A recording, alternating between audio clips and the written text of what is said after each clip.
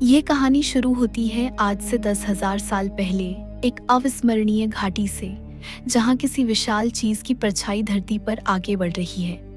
वह विशाल चीज दरअसल एक स्पेसशिप है। एक आदमी झरने के मुहाने पर आता है। वो आदमी एक एलियन होता है। वो एक अजीब से दिखने वाले बर्तन से एक कटोरी उठाता है और उसमें मौजूद पदार्थ को पी लेता है। तभी वह स्पेसशिप वहां से जाने लगती है। उस पदार्थ को पीने के कारण एलियन का शरीर गलने और फटने लगता है, यहाँ तक कि उसके शरीर के डीएनए तक टूट जाते हैं। फिर वह झरने में गिरता है और उसका शरीर पूरी तरह से नष्ट होते हुए पानी में घुलने लगता है। उस एलियन का डीएनए पानी से मिलकर एक नए डीएनए का निर्माण करने लगता है और इस नए डीएनए से मानव जीवन की शुरुआत होती है।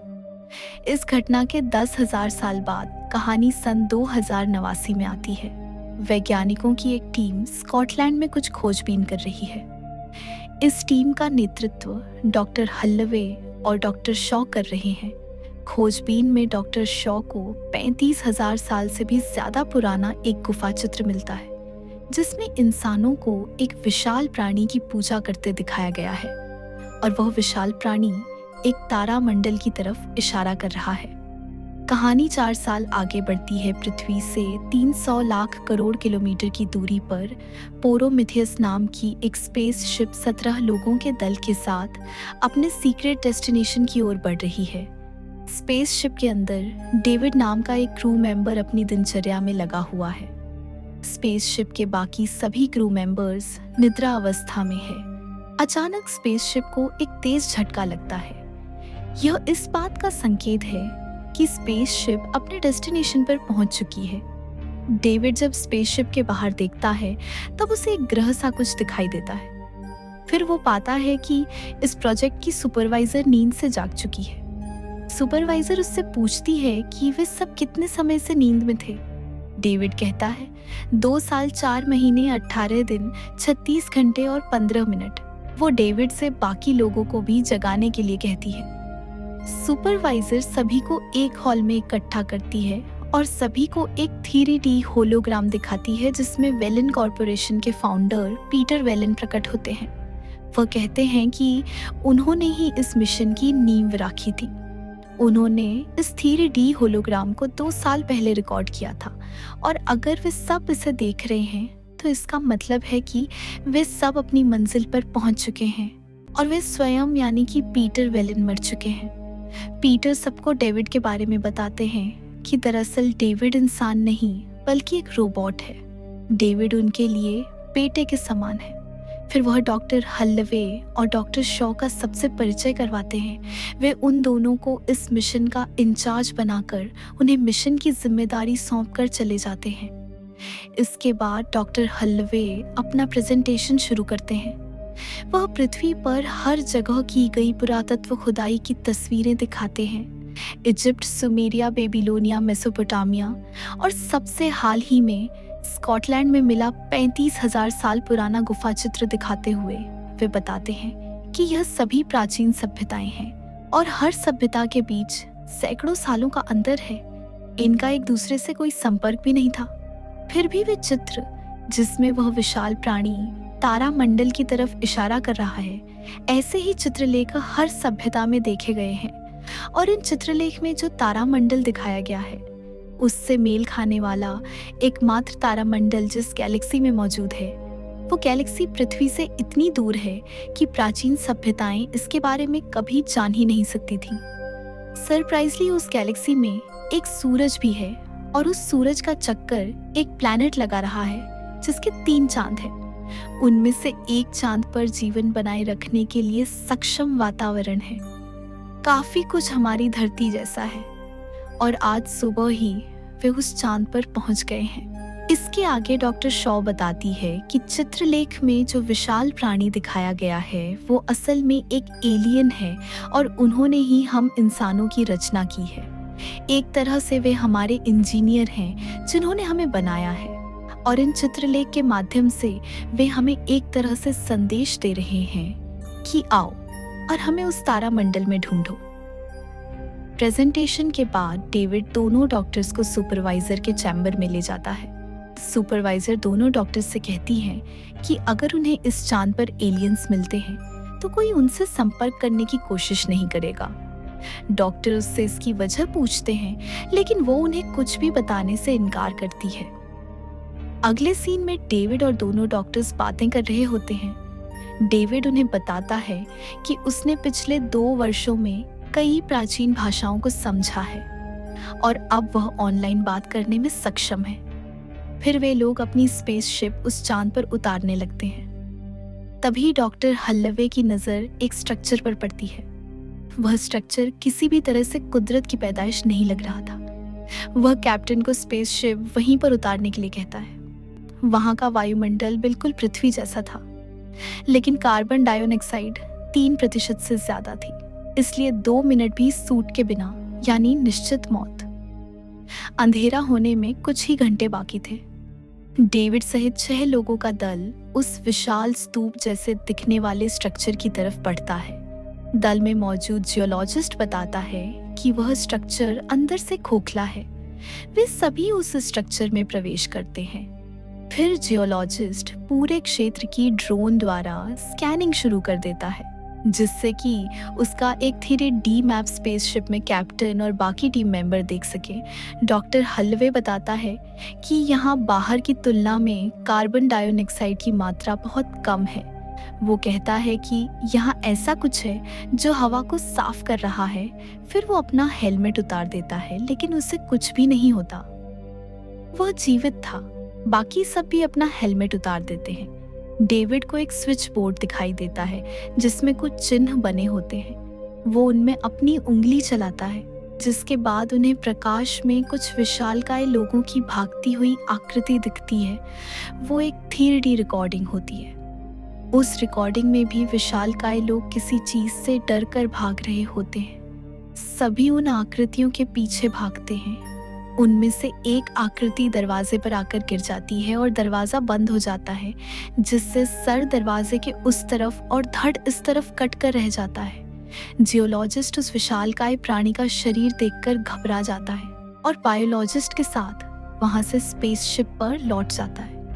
डॉक्टर शॉ को कार्बन रीडिंग से पता चलता है कि उस विशाल जीव को मरे लगभग 2000 साल गुजर चुके हैं। तब तक डेविड स्विच बोर्ड पर उंगली चलाकर दरवाजे के कोड को डिकोड करते हुए दरवाजा खोल देता है। उन्हें दूसरी तरफ उस जीव का सर पड़ा मिलता है और मिलती है एक विशालकाय चेहरे की मूर्ति। पूरे कमरे में बहुत सारे पिन जमा कर रखे हुए थे। जमीन पर केंचुए जैसे जीव थे। छत पर एक बहुत बड़ी पेंटिंग बनी हुई थी, लेकिन उनके उस कमरे में प्रवेश करते ही कमरे में बदलाव आना शुरू हो जाता है। वहां रखे हुए पेंट पिघलने लगते हैं और उनमें से एक काले रंग का द्रव्य बहने लगता है। छत पर लगी पेंटिंग भी खराब होना शुरू हो जाती है। डॉक्टर शॉ समझ जाती है कि उनके आने से कमरे का टेम्परेचर बदल गया है, इसलिए यह गड़बड़ हो रहा है। वह सभी को जल्दी से वहां से बाहर निकलने के लिए कहती है और उस कटे हुए सर को अपने साथ ले जाने के लिए एक बड़े से पॉलीथीन बैग में डाल लेती है। तभी कैप्टन सभी को सूचित करता है कि तूफान आने वाला है, इसलिए तुरंत स्पेसशिप पर लौट आए। डॉक्टर शॉ और वक्त मांगती है, लेकिन सुपरवाइजर उन्हें सिर्फ 15 मिनट की मोहलत देती है, जिसके बाद वो स्पेसशिप का दरवाजा बंद करने वाली थी। इधर डेविड सबसे छिपकर धीरे से एक पिंड अपने बैग में डाल लेता है। उन पिंडों से निकलते द्रव्य को कुछ केंचुए अपना भोजन बना रहे थे। वे सब तेजी से स्पेसशिप की ओर बढ़ते हैं। तूफान 200 किमी प्रति घंटे की गति से उनके पीछे आ रहा होता है। यह कोई साधारण तूफान नहीं था। उसमें सिलिका के कण और हजारों वोल्ट की बिजली थी।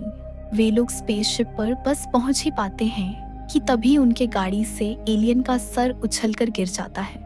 उस सर को उठाने के चक्कर में डॉक्टर शॉ तूफान में उड़ जाती है। डॉक्टर हल्लवे डॉक्टर शॉ को बचाने की नाकाम कोशिश करता है। तभी डेविड आकर उन दोनों को बचा लेता है। स्पेसशिप पर उन्हें पता चलता है कि बायोलॉजिस्ट और जियोलॉजिस्ट स्पेशल पर लौटे ही नहीं। असल में वो दोनों उस गुफानुमा स्ट्रक्चर में रास्ता भटक गए थे। कैप्टन उन दोनों को मैसेज करता है कि तूफान के कारण उन दोनों को रात उसी स्ट्रक्चर में गुजारनी होगी। उधर स्ट्रक्चर के अंदर उन दोनों को एलियंस की लाशों का ढेर मिलता है। ये लाशें 2000 साल पुरानी थी। इधर स्पेसशिप पर डॉक्टर्स एलियन के सर का एनालिसिस करते हैं, जिसमें उन्हें पता चलता है कि जिसे वे उस एलियन का सर समझ रहे थे वह तो बस हेलमेट है। उस एलियन का सर तो उस हेलमेट के अंदर होता है। उसके सर की और जांच करने पर पता चलता है कि वह किसी वायरस से इन्फेक्टेड है।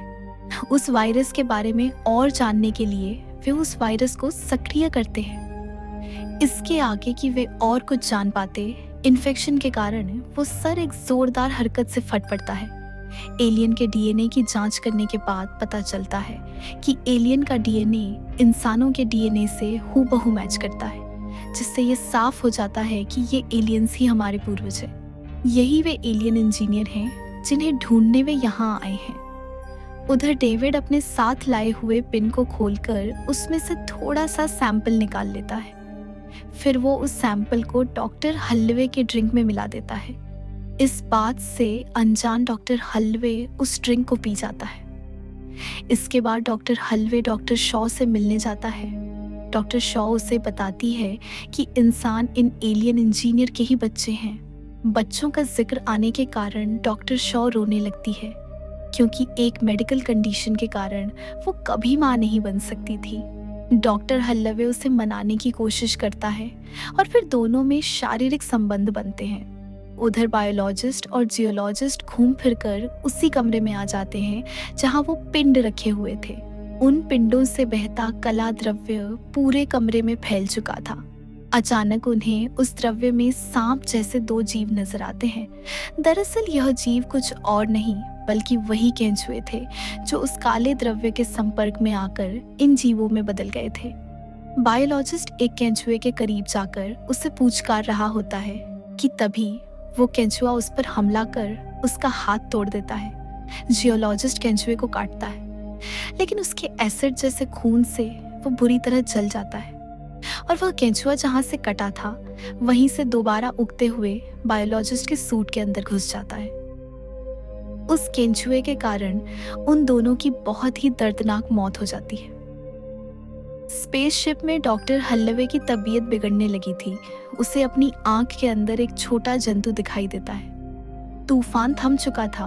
बायोलॉजिस्ट और जियोलॉजिस्ट स्पेसशिप से भेजे गए किसी भी मैसेज का रिप्लाई नहीं दे रहे थे, इसलिए कैप्टन अपने दल के साथ रात में ही उन दोनों को लाने निकल पड़ता है।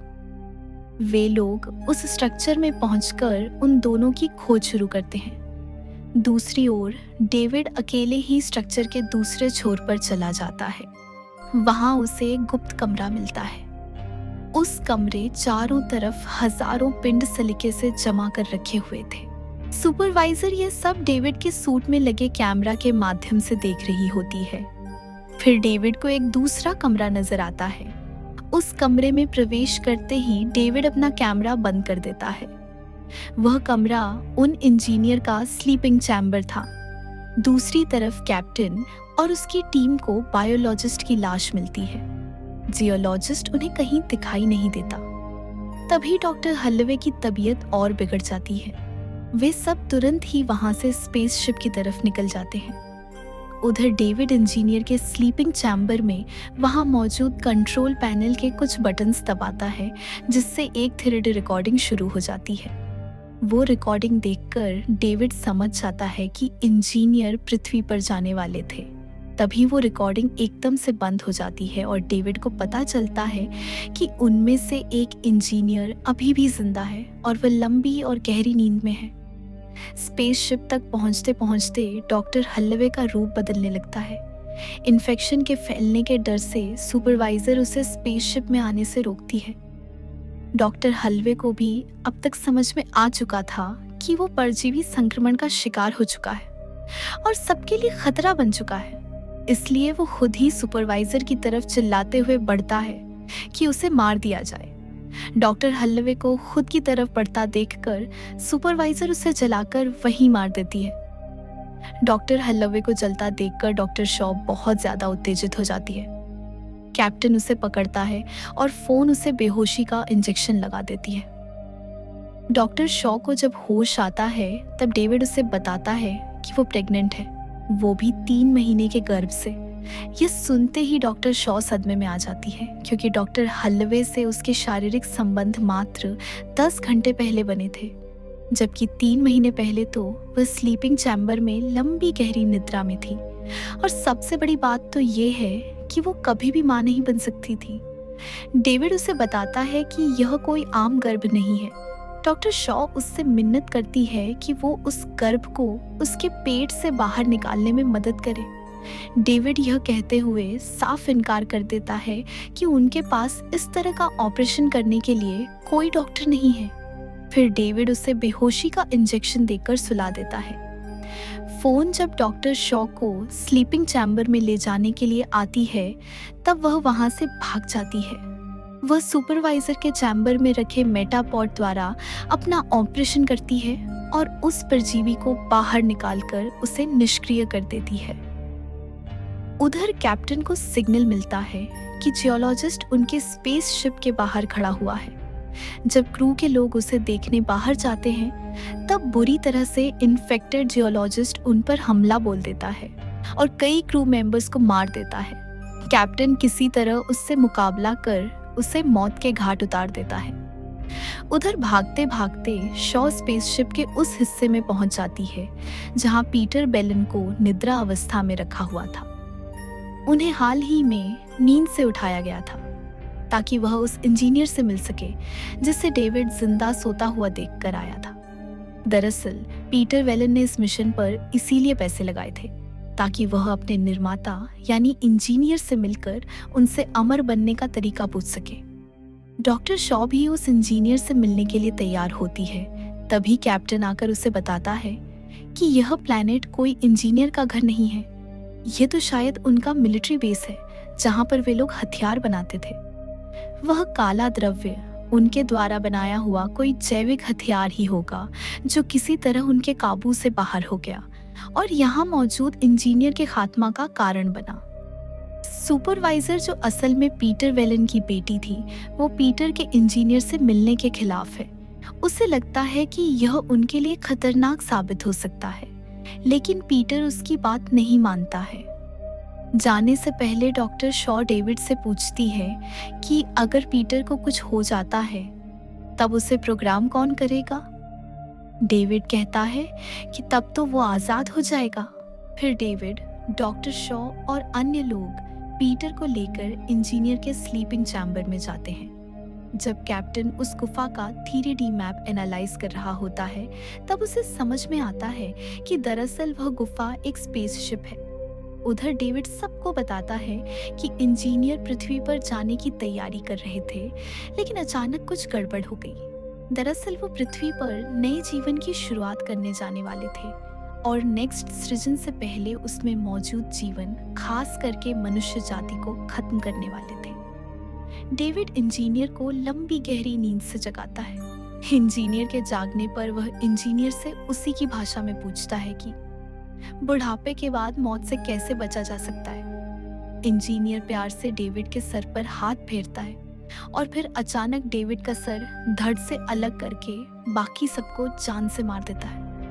सिर्फ डॉक्टर शॉ वहां से जान बचाकर भाग जाती है। फिर एलियन अपनी सीट पर विराजमान होकर अपने अंतरिक्ष यान को पृथ्वी की तरफ उड़ान भरने के लिए चालू करता है ताकि वो अपना अधूरा मिशन पूरा कर सके, पृथ्वी पर मौजूद सारी मनुष्य जाति को मौत के घाट उतारने का मिशन। डॉक्टर शॉ यह बात कैप्टन को बताती है। वो कहती है कि उन्हें इंजीनियर के अंतरिक्ष यान को पृथ्वी की ओर जाने से रोकना होगा। कैप्टन कहता है कि उनका जहाज कोई जंगी जहाज नहीं है, लेकिन डॉक्टर शॉ कैप्टन से कहती है कि हर हाल में उसे ही इंजीनियर को पृथ्वी की ओर उड़ान भरने से रोकना होगा। कैप्टन अपने क्रू को तुरंत सुपर इंजन को शुरू करने के लिए कहता है ताकि उनका स्पेसशिप गोली के समान तेज गति पकड़ ले। सुपरवाइजर कहती है कि उसे इन सब में नहीं पड़ना है, यह स्पेसशिप उसका है और इसलिए यहाँ उसी की चलेगी। कैप्टन सुपरवाइजर से कहता है कि वह उसका लाइफ चैम्बर सतह पर उतार देगा जिसमें वह 2 साल तक जिंदा रह सकती है। सुपरवाइजर तुरंत ही लाइफ चैम्बर में जाने के लिए भागती है। कैप्टन बाकी क्रू मेंबर्स को भी लाइफ चैम्बर में जाने की हिदायत देता है, लेकिन कोई और नहीं जाता है और वो सब कैप्टन के साथ पृथ्वी को बचाने के लिए खुशी खुशी अपने प्राणों की आहुति देने को तैयार हो जाते हैं। उधर इंजीनियर का अंतरिक्ष यान अपनी उड़ान भरना शुरू कर चुका था। कैप्टन पहले लाइफ बोट को स्पेसशिप से अलग कर सतह पर रिलीज करता है और इसके बाद सुपरवाइजर को भी उसके लाइफ चैम्बर सहित रिलीज कर देता है। स्पेसशिप प्रोमेथियस के सुपर इंजन के स्टार्ट होते ही वह जाकर तेज गति से इंजीनियर के अंतरिक्ष यान से टकरा जाता है। भारी विस्फोट के साथ पूरा अंतरिक्ष यान तबाह होता हुआ सतह पर आकर गिरता है। गिरते हुए वह अपनी चपेट में सुपरवाइजर और डॉक्टर शॉ को भी ले लेता है। सुपरवाइजर मर जाती है, लेकिन एक चट्टान की आड़ के कारण डॉक्टर शॉ बच जाती है। उसके ऑक्सीजन सिलेंडर में सिर्फ 2 मिनट की ऑक्सीजन बची थी। वो ऑक्सीजन लेने कैप्टन द्वारा रिजेक्ट किए गए लाइफ पॉड में जाती है। वहां उसे एक परजीवी दिखता है। वह खाली मैट पॉड देखकर समझ जाती है कि वह परजीवी दरअसल वही ऑक्टोपस है जो उसके गर्भ से निकला था। वह उसके गर्भ से निकलकर मरा नहीं था, बल्कि और भी बड़ा हो गया था। फिर डॉक्टर शॉ को वायरलेस रेडियो में डेविड की आवाज सुनाई देती है। वो उसे बताता है कि इंजीनियर उसे मारने आ रहा है। फिर इंजीनियर डॉक्टर शॉ पर हमला कर देता है। तभी डॉक्टर शॉ ऑक्टोपस के दरवाजे को अनलॉक कर देती है। वो ऑक्टोपस इंजीनियर पर हमला कर देता है। उन दोनों के बीच से डॉक्टर शॉ जान बचाकर भाग जाती है। डॉक्टर शॉ हिम्मत हार चुकी थी। वह डॉक्टर हल्लवे को याद करके रोने लगती है।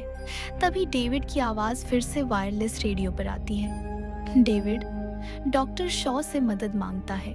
डॉक्टर शॉ पूछती है कि भला वो उसकी मदद क्यों करे।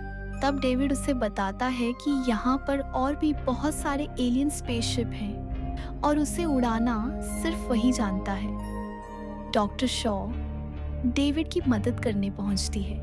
डेविड बताता है कि एक बार वो नए एलियन स्पेसशिप पर पहुंच जाए तो फिर पृथ्वी पर लौटने का रास्ता बिल्कुल सरल हो जाएगा। डॉक्टर शॉ कहती है कि वो वापस पृथ्वी पर नहीं लौटना चाहती। वो वहां जाना चाहती है जहां से इंजीनियर आए थे। डेविड इसका कारण पूछता है। डॉक्टर शॉ कहती है कि पहले इंजीनियर ने उन्हें बनाया, फिर मारने की कोशिश की। आखिर उन्होंने ऐसा क्यों किया? वह इसकी वजह जानना चाहती है। डॉक्टर शॉ पृथ्वी पर अपना मैसेज भेजती है कि प्रोमेथियस स्पेसशिप और उसका सारा क्रू खत्म हो चुका है और जो भी पृथ्वी में इस मैसेज को सुन रहा है वह यहाँ इस चांद पर आने की कोशिश कभी भी ना करे, क्योंकि यहाँ अब सिर्फ मौत है। फिर डेविड और डॉक्टर शॉ उस ग्रह के लिए उड़ान भरते हैं जहाँ से वे इंजीनियर आए थे। उधर लाइफ पॉड में इंजीनियर की छाती फाड़कर एक एलियन बाहर निकलता है। वह एक भयंकर आवाज में चीखता है और यहीं पर यह मूवी समाप्त हो जाती है। इस मूवी का अगला भाग जल्द ही हमारे चैनल पर आने वाला है, इसलिए इस वीडियो को लाइक करके चैनल को सब्सक्राइब कर लीजिए। वीडियो देखने के लिए धन्यवाद।